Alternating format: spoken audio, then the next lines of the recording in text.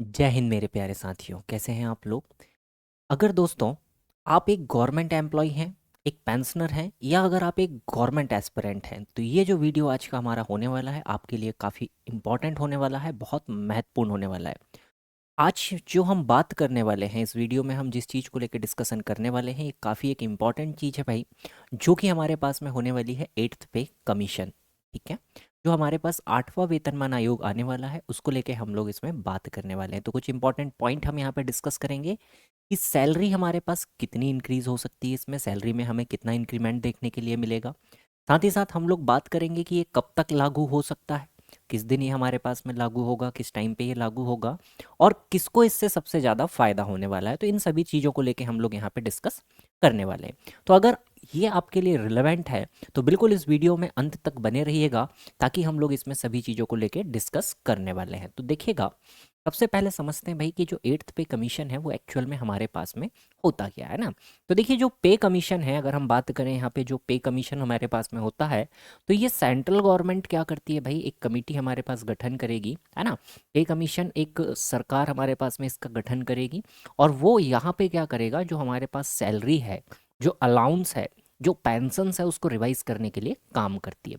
अगर हम बात करें कि लास्ट टाइम हमारे पास में कब लागू हुआ था, तो जो अभी चल रहा है भाई, अभी हमारे पास में चल रहा है दोस्त 7th पे कमीशन को लेके अगर हम बात करते हैं, तो ये 2016 1 जनवरी 2016 से ये लागू हुआ था। 1 जनवरी 2016 से ये हमारे पास में चल रहा है 7th पे।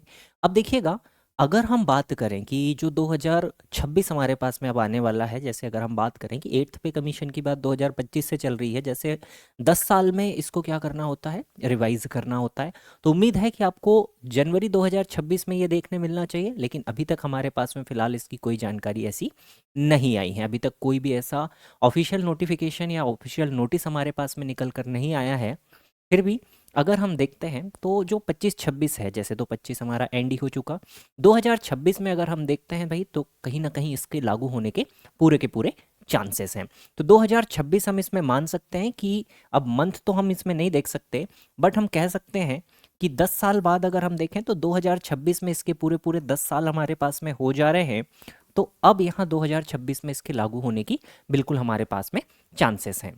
ठीक है, चलिए तो आगे बढ़ते हैं। एक और पॉइंट पे हम बात करते हैं कि सैलरी में कितना हमारे पास में इंक्रीमेंट यहाँ पे होगा।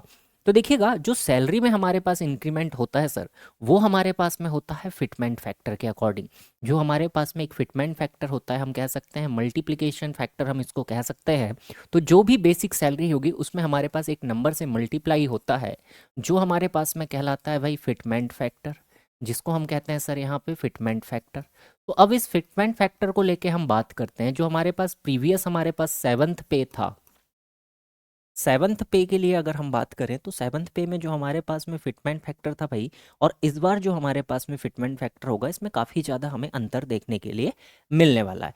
इस बार की अगर हम अनुमानित बात करते हैं तो लगभग 2.28 के समथिंग हमें यहाँ पे मिलने को देख रहा है भाई। तो 8th पे में अगर हम बात करते हैं तो 2.28 से 2 और आप 8 तक इसको लगभग ले सकते हैं, 2.8 तक आप इसको ले सकते हैं। तो लगभग इसके बीच में हमारे पास में फिटमेंट फैक्टर यहाँ पे देखने के लिए मिल रहा है। अब जो मल्टीप्लिकेशन होगा, तो देखिए सैलरी में आपके पास में कितना होगा। अगर आपकी 7th पे में अगर सैलरी सर आपकी, अगर लगभग अगर सैलरी हम बात करते हैं, बेसिक सैलरी पे बात करें, 18,000 रुपये अगर आपका बेसिक बन रहा है, तो अगर पॉसिबल अगर हम देखते हैं फिटमेंट फैक्टर अगर इनके बीच में रहता है, तो 8th पे में जो आपका सैलरी हो जाएगा सर, वो कहीं ना कहीं 26,000 से 30,000 के बीच में यहाँ पे हो जाएगा। लगभग आपका जो सैलरी है, अप्रॉक्सीमेट कैलकुलेशन है, एग्जैक्ट कैलकुलेशन है नहीं ये, ठीक है। तो 8th पे आने के बाद लगभग आपकी जो सैलरी बनेगी 26,000 से 30,000 के बीच में यहाँ पे आ जाएगी। अब थोड़ा सा इसको समझते हैं भाई कि एक्चुअल में हमारे पास जो हम फिटमेंट फैक्टर की बात कर रहे हैं, तो ये एक मल्टीपल है हमारे पास में, ये हमारे पास मल्टीपल है। 7th पे में अगर मैं एग्जैक्ट आपको डेटा बताऊं, तो हमारे पास में 2.57 का फिटमेंट फैक्टर था सर। तो जो सैलरी थी, जो बेसिक सैलरी थी, उसमें 2.57 से मल्टीप्लिकेशन हो गया था, समझिए कुछ इस तरीके से। इस बार हम बात कर रहे हैं थोड़ा सा ज़्यादा होने की, कि इस बार लगभग 2.28 से 2.86 के लगभग में ये बीच में यहाँ पे रहने वाला है। तो लगभग आप कह सकते हैं कि 2 गुना तो आप मान के चलिए कि जो आपकी बेसिक सैलरी है उसमें आपके पास में डबल का इंक्रीमेंट होने की चांसेस हैं। और साथ ही साथ अगर बात करें तो अभी तो पॉसिबल है, कहा जा रहा है कि ये जो फिटमेंट फैक्टर इस बार होने वाला है वो आपके पास में प्रीवियस वाले से ज़्यादा होने वाला है। इसका मतलब 2.5 गुना से आपके पास में ज़्यादा यहाँ पे सैलरी में इंक्रीमेंट होने वाला है। अब देखिएगा, इसमें जो फिटमेंट फैक्टर की हम बात कर रहे हैं भाई, इसमें हमारे पास में किस किस को फ़ायदा मिलने वाला है। तो ये जो फिटमेंट फैक्टर हम यहाँ पे बात कर रहे हैं, ये सेंट्रल गवर्नमेंट के हिसाब से हम बात कर रहे हैं। तो जितने भी सेंट्रल गवर्नमेंट एम्प्लॉय हैं, जिसके अंतर्गत सभी हमारे पास में डिफेंस पर्सन्स भी आ जाते हैं, सेंट्रल गवर्नमेंट वाले सारे के सारे पेंशनर्स भी आ जाते हैं भाई, तो पेंशन्स में भी इसमें इंक्रीमेंट होगा। साथ ही साथ जो फैमिली पेंशन होल्डर्स हैं भाई, जिनको फैमिली को पेंशन्स मिलती है, उनको भी यहाँ पे फ़ायदा होने वाला है, उनकी सैलरी में भी हमारे पास इंक्रीमेंट होने वाला है। यानी अगर हम समझें तो जो लोग अभी जॉब में हैं उनको भी मिलेगा, या जिनको अभी पेंशन मिल रही है उनको भी इस फिटमेंट फैक्टर का या 8th पे का यहाँ पे फ़ायदा मिलने वाला है।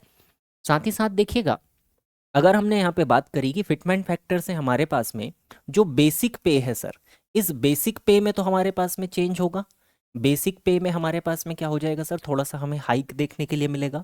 इसके अलावा अगर हम बात करते हैं तो इस फिटमेंट फैक्टर का जो इफेक्ट होगा वो आपके पास में डीए पे भी पड़ेगा सर, डियरनेस अलाउंस पे भी, एचआरए पे भी पड़ेगा, हाउस रेंट अलाउंस भी आपको एक्स्ट्रा थोड़ा सा बढ़ के मिलेगा, टीए भी आपका बढ़ के मिलेगा जो कि ट्रांसपोर्ट अलाउंस है। तो ये सभी भी क्या है हमारे पास में, सारी की सारी जो अलाउंस है वो भी हमारे पास में रिवाइज यहाँ पे होते हैं। इसका मतलब जो कुल सैलरी ओवरऑल, अगर हम सैलरी के पैकेज की बात करते हैं, क्योंकि बेसिक सैलरी हमारे पास इंक्रीज होगी, सो उसी का परसेंटेज हमारे पास में अलग अलग चीज़ों में मिलता है। सो उसके अकॉर्डिंग अगर हम बात करें तो सैलरी में भी हमारे पास अच्छा खासा यहाँ पे इंक्रीमेंट देखने के लिए मिल सकता है। तो देखिए, अगर हम बात करें तो अभी ऑफिशियल अपडेट हमारे पास में इसको लेके कुछ भी नहीं आई है, लेकिन जो अभी अगर हम बात करते हैं, जो एम्प्लॉयज़ यूनियन है वो इसमें बिल्कुल रेगुलर बेसिस पे क्या कर रहे हैं भाई, पे रिवीजन की मांग कर रहे हैं। जैसे ही अगर कोई अपडेट हमारे पास में आती है तो हम उसको लेके आपके साथ में बिल्कुल डिस्कशन करेंगे। और अगर हम ओवरऑल बात करें तो देखिएगा, इस बार पूरी उम्मीद है कि जो आपकी सैलरी है, जो आपका अलाउंस है, उसमें आपको बहुत बढ़िया एक सुधार देखने के लिए मिलने वाला है। काफ़ी अच्छे लेवल पे आपकी सैलरी होने वाली है, क्योंकि जिस हिसाब से आप मार्केट देख रहे हैं भाई, महंगाई आपकी आसमानों पे पहुंच चुकी है, तो आपको यहाँ पे सैलरी में भी काफ़ी अच्छा फ़ायदा यहाँ पे मिलने वाला है। तो इसी प्रकार की अगर अपडेट है भाई, और आगे का अगर हम देखते हैं फ्यूचर प्लानिंग के लिए बहुत ज़्यादा इंपॉर्टेंट है, क्योंकि अगर आप एक गवर्नमेंट जॉब की तैयारी कर रहे हैं या आप तैयारी के विषय में सोच रहे हैं, तो आप इस विषय को विशेष से ध्यान रखिएगा कि आगे आपके पास सैलरी में काफ़ी अच्छा हाइक मिलने वाला है। 2026 में ही आपको काफ़ी अच्छा हाइक देखने के लिए पूरे उम्मीद है कि मिलेगा। तो ये आपके लिए काफ़ी अच्छा मोटिवेशन का काम करेगा। तो उम्मीद है ये वीडियो आपको बढ़िया से पसंद आया हो, तो इस वीडियो को लाइक कीजिएगा, कमेंट करके ज़रूर बताइएगा आपके क्या सुझाव है, दोस्तों के साथ शेयर जरूर कीजिएगा, और चैनल को सब्सक्राइब जरूर से कीजिएगा। तो आज का वीडियो हम यहीं तक रखते हैं, वापस से मिलेंगे एक और नए इन्फॉर्मेटिव वीडियो के साथ में। तब तक के लिए सभी को नमस्कार, जय हिंद, जय भारत, वंदे मातरम। Thank you everyone.